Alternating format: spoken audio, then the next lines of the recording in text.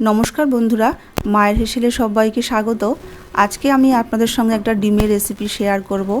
ডিমের তো বিভিন্ন রেসিপি আপনারা বাড়িতে খেয়েই থাকেন। এই রেসিপিটা একবার বাড়িতে ট্রাই করে দেখতে পারেন। আশা করি আপনাদের সকলের ভীষণ ভালো লাগবে। হাতে যদি সময় কম থাকে এই রেসিপিটা কিন্তু চটজলদি বানিয়ে নিতেও পারবেন। একদম খুব অল্প সময়ের মধ্যেই কিন্তু এই রেসিপিটা হয়ে যাবে। আজকে আমাদের রেসিপি ডিম ভাপা। তাহলে চলুন ডিম ভাপা বানানোর জন্য আমাদের কি কি লাগছে আমরা দেখে নিই। আমি এখানে মুরগির ডিম নিয়েছি, এখানে আমি 5টা ডিম নিয়েছি।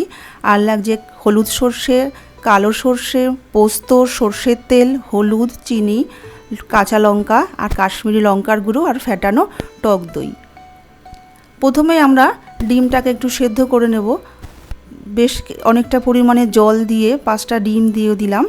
ডিমটার মধ্যে একটুখানি নুনও দিয়ে দিলাম। গ্যাসটাকে হাইতে রেখে আমি 5 মিনিট মতন ডিমটাকে সেদ্ধ করে নেব। এই সময় আমি একটা মশলা বানিয়ে নেব। 2 চামচ হলুদ সর্ষে, 2 চামচ পোস্ত আর 1.5 চামচ কালো সর্ষে আর একটুখানি নুন দিয়ে আমি মশলাটাকে ভালো করে বেটে নেব। ঝালের জন্য 3টে কাঁচা লঙ্কাও দিয়ে দিলাম। ভালো সুন্দর একটা স্মুথ পেস্ট তৈরি করে নেব। দেখুন ততক্ষণে আমার ডিমটাও সেদ্ধ হয়ে গেছে। 5 থেকে 7 মিনিট হাই ফ্লেমে কিন্তু ডিমটাকে সেদ্ধ করে নিলেই কিন্তু ফুল বয়েল হয়ে যাবে, হাফ বয়েল কিন্তু নয়। ডিমটাকে পুরো ফুল বয়েলই করতে হবে।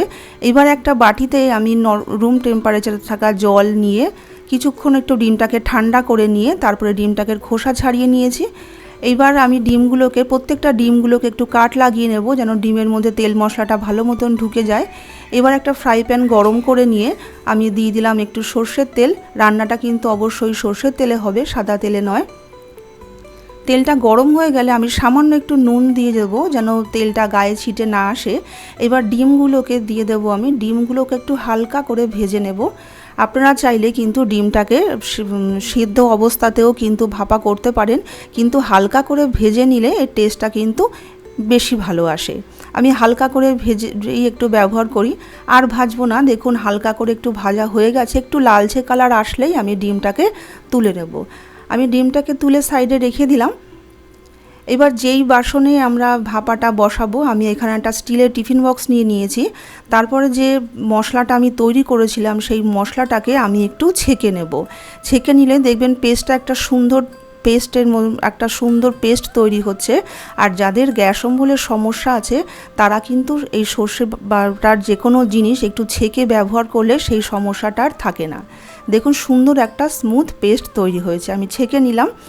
বাটি ধোয়া জলটাও দিয়েও একটুখানি ছেঁকে নিলাম যেন মশলাটা আমার নষ্ট না হয়। তারপর এখানে ফ্যাটানো টক দই আমি 2 চামচ এখানে দিয়ে দিলাম। তারপরে দিয়ে দিলাম সামান্য একটু হলুদের গুঁড়ো আর দিয়ে দিলাম স্বাদ মতন একটু নুন। আর যেহেতু টক দই দিয়েছি ব্যালেন্সের জন্য সামান্য একটু চিনি দিলাম আর সামান্য একটু কাশ্মীরি লঙ্কা দিলাম কালারের জন্য। আপনারা না চাইলে নাও দিতে পারেন, কিন্তু দিলে কালারটা খুব সুন্দর আসবে। এরপর আমি এখানে দিয়ে দিলাম 2 চামচ, বড় চামচের 2 চামচ সর্ষের তেল। এবার সব কিছু দিয়ে ভালো করে আমি মিশিয়ে নেব। আমি যখনই সর্ষে বাটার কোনো জিনিস রান্না করি তখন কিন্তু সর্ষেটা আমি সবসময় ছেঁকে দিই। তাহলে কি হয়, গ্যাস অম্বলের সমস্যাটা কিন্তু আর থাকে না।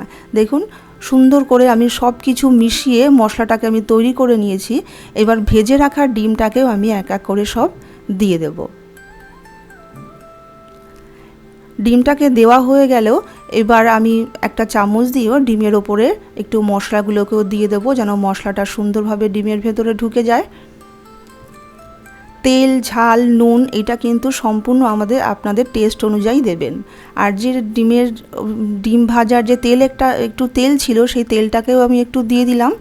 আর দিয়ে দিলাম কাঁচা পাকা লঙ্কাটা একটু চিড়ে দিয়েছি যেন ফ্লেভারটা খুব সুন্দর আসে। এবার টিফিন বক্সটাকে আমি বন্ধ করে দিলাম। এবার একটা কড়াইতে আমি বেশ খানিকটা পরিমাণে জল দিয়েছি। এবার একটা স্ট্যান্ড আমি একটু উল্টে বসিয়ে দিলাম। আর টিফিন বক্সটা ঠিক এতটা পরিমাণ ডুবে যাবে এরকমভাবে জলটা দিতে হবে। এইবার একটা ঢাকনা দিয়ে গ্যাসটাকে মিডিয়াম করে আমি মিনিমাম 10 থেকে 15 মিনিট একটু ফুটিয়ে নেব।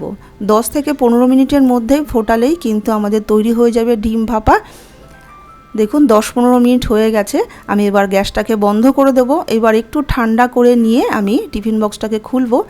দেখুন কত সুন্দর হয়েছে বন্ধুরা। আশা করি আপনারা দেখলেই বুঝতে পারছেন চটজলদি একটা রেসিপি।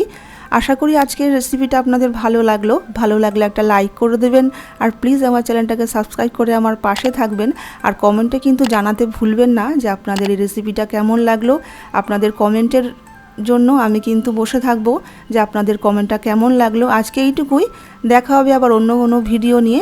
নমস্কার।